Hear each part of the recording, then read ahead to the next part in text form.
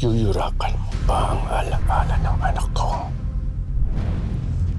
Isang traidor at taksil ang magaling mong anak na si Calvin.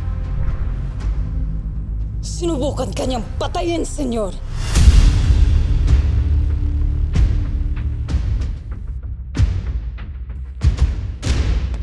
Masakit man isipin, pero totoo. Si Calvin ang umatake sa mansyon. Hindi si Black Rider.